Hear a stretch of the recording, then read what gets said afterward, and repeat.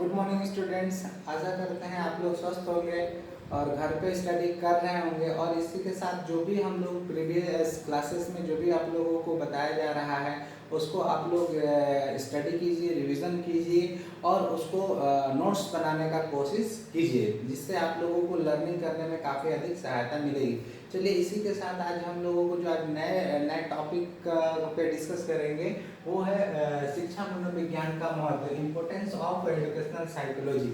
चलिए, इससे जो हम लोग प्रीवियस क्लास में जो हम लोग पढ़े, प्रीवियस क्लास में जो हम लोग शिक्षा मनोविज्ञान के क्षेत्र पढ़े, तो क्षेत्र के बारे में हम लोग समझ गए होंगे कि क्षेत्र शिक्षा से संबंधित हर एक समस्याएं या शिक्षा से संबंधित हर एक क्रियाविधि शिक्षा मनोविज्ञान का ही क्षेत्र है।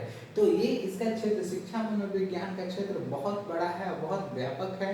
और इस जब क्षेत्र व्यापक है तो उसका महत्व भी काफ़ी इम्पोर्टेंस रखता है और काफ़ी व्यापक रूप में उसका भी शिक्षा के क्षेत्र में इम्पोर्टेंस बढ़ जाता है। तो चलिए, इसी के साथ हम लोग देखेंगे कि शिक्षा मनोविज्ञान का महत्व। शिक्षा मनोविज्ञान का महत्व में जो आज हम लोगों को देखना है वो हम लोग सबसे पहला पॉइंट जो है कि to understand development characteristic, to understand development characteristic अगर हम लोग बात करते हैं तो डेवलपमेंट कैरेक्टरिस्टिक अगर बात करते हैं तो एक बच्चे के जन्म से लेकर मृत्यु तक उसमें किस तरह का डेवलपमेंट होता है, किस तरह का वृद्धि विकास होता है, और कि जैसे जैसे उसके बच्चे को जन्म से ही जैसे जैसे उसकी वृद्धि होती है, विकास होता है, वैसे वैसे उसमें अलग अलग कैरेक्टर्स, अलग अलग विशेषताएं देखने को मिलती है। अगर उन विशेषताओं के आधार पर, अगर बच्चे के प्रत्येक अवस्था के विशेषता के आधार पर अगर हम लोग शिक्षा का स्वरूप बनाए या शिक्षा का स्ट्रक्चर रेडी करते हैं तो वह शिक्षा व्यवस्था उस बच्चे के लिए काफ़ी बेहतर हो जाएगी। क्योंकि प्रत्येक व्यक्ति अपने जीवन काल में एक अवस्था को पुनः उस अवस्था को फिर से प्राप्त नहीं कर पाता है। एक अवस्था अगर एक व्यक्ति की गुजर जाती है तो पुनः उसके जीवन में वह अवस्था उसके लौट कर नहीं आती। अगर बच्चा इन्फेंसी स्टेज में है तो अगर वो इन्फेंसी से चाइल्डहुड में चला जाता है तो उसके जीवन में फिर दोबारा इन्फेंसी स्टेज नहीं आता है। इस कारण से अगर हम लोग बच्चे के प्रत्येक अवस्थाओं का अध्ययन करते हैं और उस अध्ययन के ग्रोथ और डेवलपमेंट के अकॉर्डिंग कैरेक्टरिस्टिक जो हमें उसके बच्चे में विशेषताएं प्राप्त होती है, उस विशेषताओं का अनुसार अगर हम लोग शिक्षा का रूपांतरण करेंगे तो वो काफ़ी महत्वपूर्ण बन जाता है। तो यहाँ पे सब शिक्षा मनोविज्ञान का महत्वपूर्ण ग्रोथ और डेवलपमेंट के कैरेक्टरिस्टिक को समझने में काफ़ी महत्वपूर्ण स्थान बनता है। उसके बाद से जो हम लोगों का सेकेंड पॉइंट है to understand the nature of learning.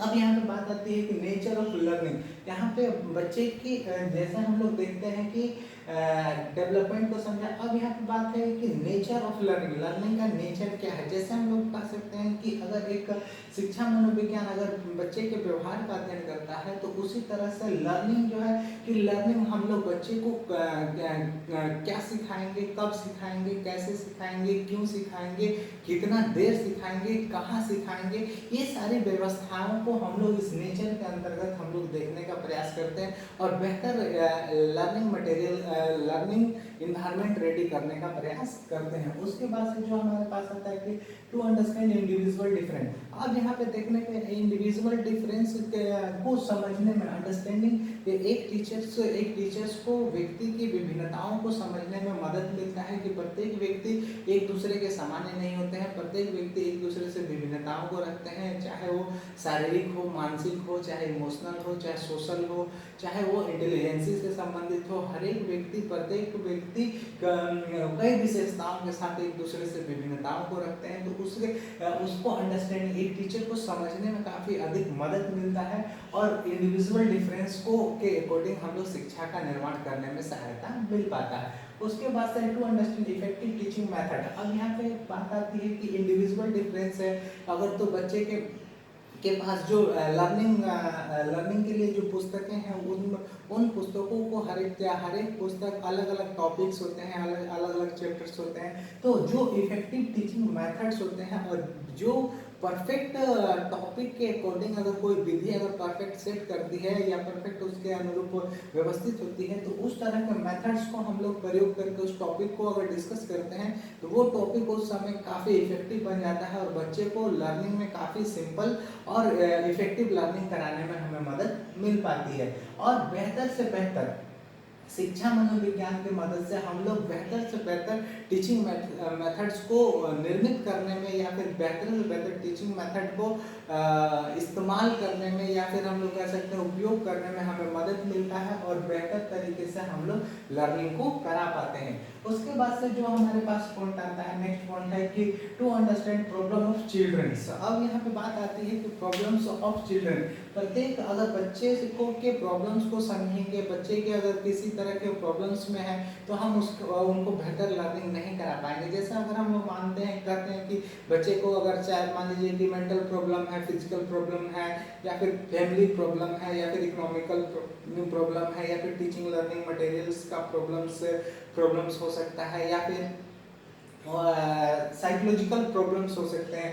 तो इस तरह का अगर प्रॉब्लम्स हैं तो अगर बच्चे के प्रॉब्लम्स को अगर हम लोग सॉर्ट आउट करें, बच्चे के प्रॉब्लम्स को समझेंगे तो हम लोग बेहतर लर्निंग को करा पाएंगे। उसके बाद से है कि टू अंडरस्टैंड मेंटल हेल्थ। अब यहाँ पे बात आती है कि प्रत्येक व्यक्ति का मेंटल हेल्थ, चाहे वो शिक्षक हो या शिक्षार्थी हो, यहाँ दोनों के मेंटल हेल्थ को बेहतर होना काफ़ी अनिवार्य हो जाता है। और जिसके मदद से मेंटल हेल्थ अगर बेहतर होगा और इसके साथ साथ मेंटल हेल्थ को हम लोग कंटिन्यू कैसे स्वस्थ रख पाएंगे, उसको कैसे स्वस्थ रखेंगे, कैसे उसे सुरक्षित रखेंगे और उसमें किस तरह से ज्ञानात्मक विकास को बेहतर तरीके से डेवलप कर पाएंगे। तो यहाँ मेंटल हेल्थ के बारे में जान पाने में काफ़ी सहायता मिलती है। उसके बाद से जो हम लोगों को नेक्स्ट पॉइंट आता है कि हेल्प इन करिकुलम कंस्ट्रक्शन। जब हमें करिकुलम जब हमें पता चल जाता है कि प्रत्येक व्यक्ति डेवलपमेंट में, ग्रोथ और डेवलपमेंट में अलग अलग अवस्थाओं में अलग अलग कैरेक्टरिस्टिक को दर्शाता है और क्लास में इंडिविजुअल डिफरेंस होते हैं और वो बच्चे के पास बहुत सारे प्रॉब्लम्स भी होते हैं। तो इन सारे टॉपिक्स को देखते हुए हम लोग शिक्षा मनोविज्ञान क्या करता है, एक बेहतर करिकुलम कंस्ट्रक्ट करने का कार्य करता है और बेहतर करिकुलम का अंतर्गत प्रत्येक व्यक्ति को के लिए उस करिकुलम में स्थान होता है, प्रत्येक व्यक्ति उस करिकुलम का बेहतर से बेहतर इस्तेमाल कर सके और इसीलिए करिकुलम को इस तरह से इफेक्टिव बनाने में और यूजफुल बनाने में शिक्षा मनोविज्ञान का काफ़ी अधिक मदद होता है। उसके बाद से होता है जो हमारे पास नेक्स्ट पॉइंट आता है measurement of learning outcome. Measurement of learning outcome कहने का बात बनता है मेजरमेंट ऑफ लर्निंग आउटपुट में हम लोग देखा जाता है कि जो भी हम लोग क्लास में पढ़ाया जा रहा है उसका मूल्यांकन जो हो रहा है, उसका जो मेजरमेंट हो रहा है वो काफ़ी परफेक्ट हो, काफ़ी इफेक्टिव हो और काफ़ी शुद्ध हो। क्योंकि अगर हम लोग बेहतर तरीके से अगर मेजरमेंट का आउटकम नहीं देख पाएंगे तो लर्निंग के बेहतर इफेक्ट को देख पाने में काफ़ी दिक्कतें आएंगी। तो इसलिए हम लोग बेहतर मेजरमेंट आउटकम को के ऊपर काफ़ी अधिक फोकस करता है और शिक्षा मनोविज्ञान की मदद से आउटकम बेहतर 100% कंप्लीट करने में दे पाने में कार्य किया जाता है। उसके बाद से है जो हमारे पास नेक्स्ट पॉइंट है use of learning material in teaching. अब यहाँ पे होता है कि लर्निंग के दौरान हम लोग बेहतर से बेहतर टीचिंग लर्निंग मटेरियल का इस्तेमाल करें, इसे शॉर्ट फॉर्म में TLM भी कहा जाता है। अब यहाँ पे हम लोग कहते हैं कि जब हम लोग क्लास में लर्निंग कराते हैं तो टीचिंग लर्निंग मटेरियल के मदद से हम लोग लर्निंग प्रोसेस को, जो क्लास में जो टीचिंग लर्निंग प्रोसेस चल रहा है उसे सिंपल कर सकते हैं, इफेक्टिव कर सकते हैं और क्लासरूम को काफ़ी बेहतर तरीके से किसी भी टॉपिक को समझा पाने में, बच्चे को बता पाने में शिक्षक सफलता को प्राप्त कर पाता है। उसके बाद से हमारे पास जो नेक्स्ट पॉइंट आता है कि मैनेजिंग इफेक्टिव एजुकेशनल एडमिनिस्ट्रेशन। अब मैनेजिंग एजुकेशनल एडमिनिस्ट्रेशन को, एजुकेशनल संस्था जो होती है उस संस्था को प्रॉपर वे में संचालित करने में शिक्षा मनोविज्ञान काफ़ी अधिक महत्व देता है कि एक संस्था को किस तरह से व्यवस्थित किया जाए कि जिसमें हर एक गतिविधि को प्रॉपर डिसिप्लिन के साथ हम लोग संचालित कर पाएँ और हर एक व्यवस्थाएं अपने स्थान पर बेहतर रूप से व्यवस्थित हो पाए और कार्य को किया जा सके।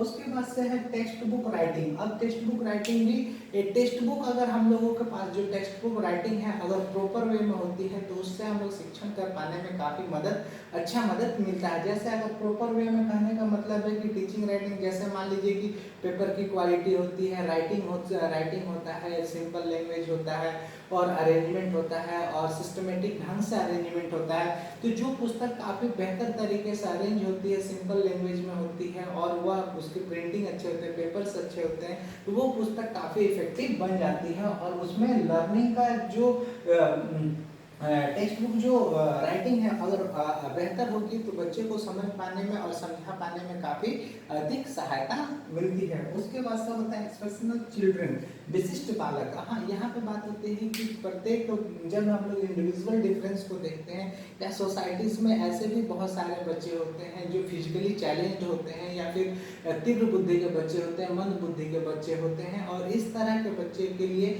हम लोगों के लिए बेहतर एजुकेशनल सिस्टम डेवलप करते हैं कि इन बच्चों को किस तरह से शिक्षा दी जाए जिससे उनके बेहतर से बेहतर विकास हो पाए और उनको शिक्षा प्राप्त करने में किसी भी तरह की कठिनाई ना हो। तो इस तरह से अगर हम लोग देख रहे हैं कि शिक्षा मनोविज्ञान का जो महत्व है काफ़ी इम्पोर्टेंट महत्व होता है, क्योंकि शिक्षा मनोविज्ञान के मदद से ही हम लोग शिक्षा के उद्देश्य को प्राप्त कर पाने में या शिक्षा की समस्याओं को सॉल्व करने में हमें काफ़ी हद तक मदद मिलती है। और शिक्षा मनोविज्ञान शिक्षा के हर एक फील्ड पे काम करता है, इसलिए शिक्षा मनोविज्ञान का महत्व शिक्षा के हर एक क्षेत्र में इसका महत्वपूर्ण स्थान होता है। चलिए आज के लिए इतना ही, धन्यवाद।